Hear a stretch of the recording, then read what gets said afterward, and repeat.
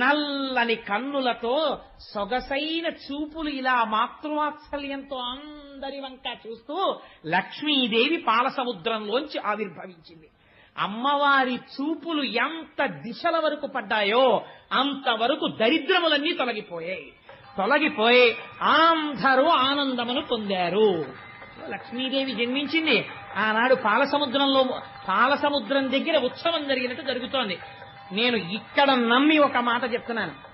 ఇవాళ ఈ ఘట్టాన్ని ఎవరు విన్నారో వాళ్ళకి కొన్ని కోట్ల జన్మలు తరమవలసిన దరిద్రం నశించిపోయింది. ఇది పరమ యథార్థం. అందుకని ఆ తల్లి